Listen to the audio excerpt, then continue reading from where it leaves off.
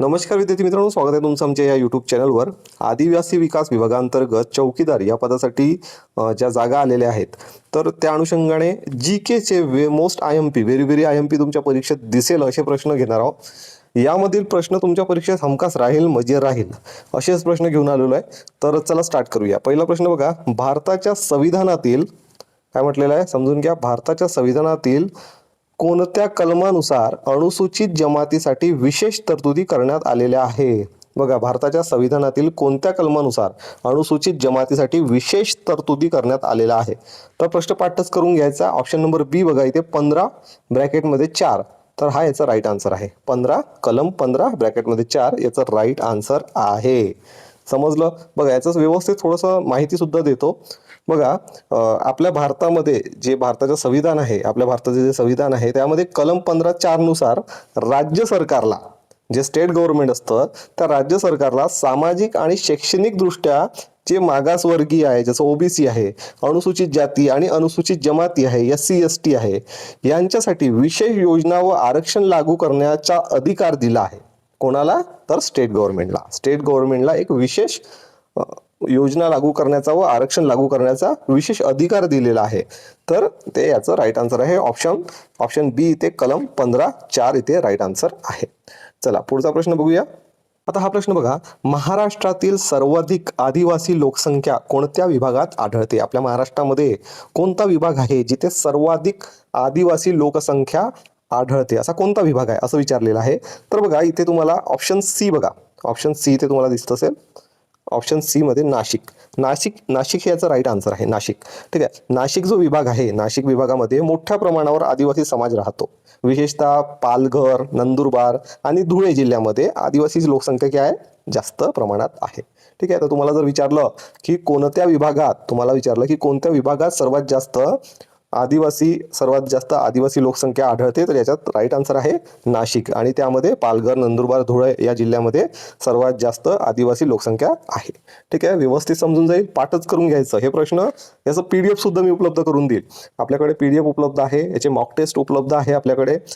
10 practice taste, जसा तुमचा एक पेपर होणार आहे तसे तुम्ही 10 प्रॅक्टिस पेपर सोडून पाहू शकता.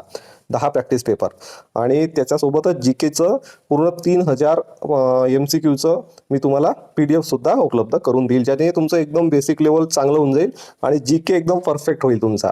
ठीक आहे. तर ते मी तुम्हाला उपलब्ध करून देईल. चला पुढचा प्रश्न बघूया. आता हा प्रश्न बघा, पेसा ऍक्ट कोणत्या वर्षी लागू करण्यात आला? पेसा ऍक्ट, हा जो पेसा ऍक्ट आहे हा कोणत्या वर्षी लागू करण्यात आलेला आहे असं विचारलेलं आहे. पेसा ऍक्ट कोणत्या वर्षी लागू करण्यात आलेला? त्याचा राईट आन्सर बघा ऑप्शन बी बघा. 1996ला पेसा ऍक्ट जो आहे, पेसा ऍक्ट हा लागू करण्यात आलेला आहे. आता एक्झॅक्टली हा पेसा ऍक्ट काय आहे?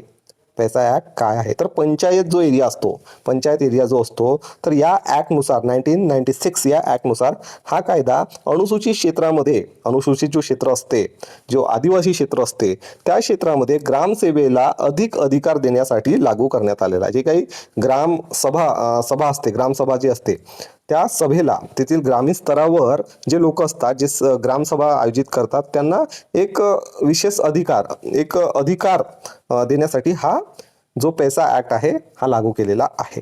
ठीक आहे. समजलं?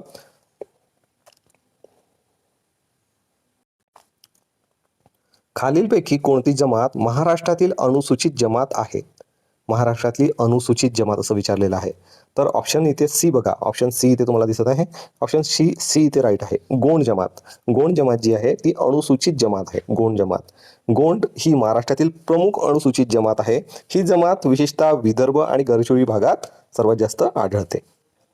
आता बघा हा प्रश्न, आदिवासी विकास विभागाचे मुख्य उद्दिष्ट काय आहे? हा जो आदिवासी विकास विभाग आहे, आपला जो आदिवासी विकास विभाग जो आहे, याचं मुख्य उद्दिष्ट काय आहे? का बरं हा विभाग आहे?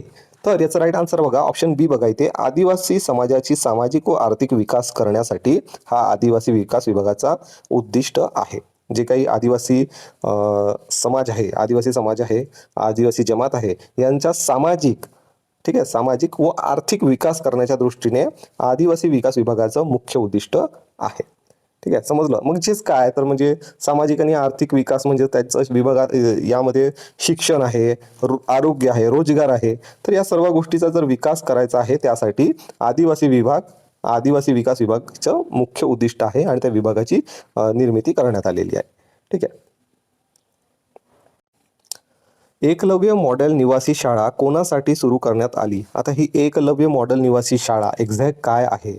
तर ही जी एकलव्य मॉडेल निवासी शाळा आहे, पहिले याचं उत्तर बघा. ऑप्शन सी याचा राईट आन्सर आहे. ऑप्शन सी बघा, आदिवासी विद्यार्थ्यांसाठी एकलव्य मॉडेल निवासी शाळा सुरू करण्यात आलेली आहे. मग यामध्ये बघा की एकलव्य मॉडेल निवासी शाळा जी आहे ती आदिवासी विद्यार्थ्यांना दर्जेदार शिक्षण देण्यासाठी कोण सुरू केलेली आहे? राज्य सरकारने केलेली आहे का की केंद्र सरकारने सुरू केलेली आहे? तर केंद्र सरकारने सुरू केलेली आहे. आदिवासी विद्यार्थ्यांना दर्जेदार शिक्षण देण्यासाठी केंद्र सरकारने ही एकलव्य मॉडेल निवासी शाळा सुरू केलेली आहे. लक्षात ठेवा व्यवस्थित. महाराष्ट्र शासनाच्या आदिवासी विकास विभाग कोणत्या मंत्रालयाअंतर्गत कार्य करतो? महाराष्ट्र शासनाचा आदिवासी विभाग जो आहे तो कोणत्या मंत्रालयाअंतर्गत कार्य करतो? त्याचा राईट आन्सर आहे ऑप्शन सी बघा, आदिवासी विकास मंत्रालय. आदिवासी विकास मंत्रालयाअंतर्गत महाराष्ट्र शासनाचा आदिवासी विभाग जो आहे तो कार्य करत असतो. अनुसूचित जमाती आयोगाचे गठन संविधानाच्या कोणत्या कलमानुसार करण्यात आले? हे जे अनुसूचित जमातीचे आयोगाचे गठन जे आहे ते आपल्या संविधानामध्ये कोणत्या कलमानुसार करण्यात आले असं विचारलेलं आहे. त्याचं राईट आन्सर आहे ऑप्शन ए बघा, 338A कलम 338A नुसार आपलं राष्ट्रीय अनुसूचित जमाती आयोगाची स्थापना संविधानातील कलम 338A अंतर्गत करण्यात आली आहे. ठीक आहे, लक्षात ठेवा.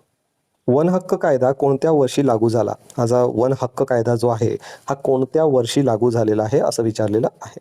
तर वन हक्क कायदा जो आहे तो ऑप्शन इथे बी बघा, 2006ला वन हक्क कायदा लागू करण्यात आलेला आहे. फॉरेस्ट राईट ॲक्ट 2006 हा कायदा आदिवासी आणि वनक्षेत्रात राहणाऱ्या लोकांच्या हक्काचे संरक्षण करण्यासाठी लागू करण्यात आलेला आहे. ठीक आहे, जे काही आदिवासी लोक राहतात वनक्षेत्रामध्ये, फॉरेस्ट क्षेत्रामध्ये, त्यांच्या हक्कासाठी, वनक्षेत्रात राहणाऱ्या लोकांच्या हक्कासाठी, त्यांच्या हक्काचे संरक्षण करण्यासाठी हा कायदा लागू करण्यात आलेला आहे. वन हक्क कायदा 2006. लक्षात ठेवा, परीक्षेत असा प्रश्न आला तर चुकायला नको. खालीलपैकी कोणता जिल्हा आदिवासी बहुल जिल्हा म्हणून ओळखला जातो? आदिवासी बहुल जिल्हा म्हणून ओळखला जातो. त्याचा राईट आन्सर ऑप्शन बी बघा, गडचिरोली जिल्हा. गडचिरोली जिल्हा जो आहे, गडचिरोली जिल्हा मोठ्या प्रमाणात आदिवासी समाज राहतो आणि हा जिल्हा आदिवासी बहुल म्हणून ओळखला जातो. गडचिरोली जिल्ह्यामधील जो पण जंगल भाग आहे तिथे जास्त प्रमाणात आदिवासी लोकांची जी संख्या आहे गडचिरोली जिल्ह्यात, विदर्भामध्ये येत असतं, तर आदिवासी लोकांची संख्या जी आहे तिथे जास्त आहे. त्यामुळे गडचिरोली जिल्हा जो आहे आदिवासी बहुल जिल्हा म्हणून ओळखला जातो. लक्षात ठेवा. बिरसा मुंडा हे कोणत्या आंदोलनाशी संबंधित आहे? बघा, आदिवासी समाज म्हटलं आणि बिरसा मुंडा हे खूप महत्त्वाचा भाग आहे, भूमिका आहे यांची. बिरसा मुंडा जे आहे कोणत्या आंदोलनाशी संबंधित आहे? तर इथे ऑप्शन नंबर बी बघा, ऑप्शन बी मध्ये आदिवासी आंदोलनाशी संबंधित आहे. बिरसा मुंडा हे महान आदिवासी स्वातंत्र्य सैनिक होते. त्यांनी ब्रिटिशाविरुद्ध आदिवासी आंदोलन उभारले होते. लक्षात ठेवा. ठीक आहे, बिरसा मुंडा हे जे आहे हे स्वातंत्र्य सैनिक होते. त्यांनी ब्रिटिशाविरुद्ध आदिवासी आंदोलन उभारले होते. तर एवढं लक्षात ठेवा. महाराष्ट्रातील माडिया गोंड जमात प्रामुख्याने कोणत्या भागात आढळते? माडिया गोंड बघा, माडिया गोंड जी जमात आहे प्रामुख्याने कोणत्या भागात आढळते असं विचारलेलं आहे. तर बघा इथे ऑप्शन नंबर सी बघा, गडचिरोली. गडचिरोली या भागामध्ये माडिया गोंड जे समाज आहे, माडिया गोंड जमात जी आहे, आदिवासी जमात आहे, ती जास्त प्रमाणात आढळते. ठीक आहे. अनुसूचित जमातीची ओळख निश्चित करण्याचा अधिकार कोणाला आहे? अनुसूचित जमातीची जी ओळख आहे ते निश्चित करण्याचा अधिकार कोणाला आहे? तर याचं राईट आन्सर बघा, ऑप्शन सी बघा, राष्ट्रपतीला अनुसूचित जमातीची ओळख करण्याचा अधिकार दिलेला आहे. एखादी खूप जुनी समाज आहे किंवा जमात आहे आणि त्यांनी जर म्हटलं की आम्ही आदिवासी जमातीत येतो आणि त्यामध्ये जर वाद निर्माण झाला तर त्याचा फायनल जे अधिकार जे असतात, फायनल डिसिजनचे अधिकार जे आहे ते राष्ट्रपतीकडे दिलेले आहे. त्यामुळे याचा राईट आन्सर आहे राष्ट्रपती. आदिवासी विद्यार्थ्यांना शिष्यवृत्ती देण्याचा मुख्य उद्देश काय आहे? आदिवासी जे विद्यार्थी आहे त्यांना शिष्यवृत्ती मिळतात, तर त्याचा मुख्य उद्देश काय आहे? त्याचा राईट आन्सर बघा, ऑप्शन बी बघा, ऑप्शन बी, शिक्षणात प्रोत्साहन देणे. शिक्षणात प्रोत्साहन देणं याचा मुख्य उद्देश आहे. शिष्यवृत्ती योजनेमुळे आदिवासी विद्यार्थ्यांना आर्थिक मदत मिळते आणि शिक्षण सुरू ठेवण्यास सोपं होते. त्यामुळे शिक्षणात प्रोत्साहन देण्यासाठी आदिवासी विद्यार्थ्यांना शिष्यवृत्ती देण्यात येते.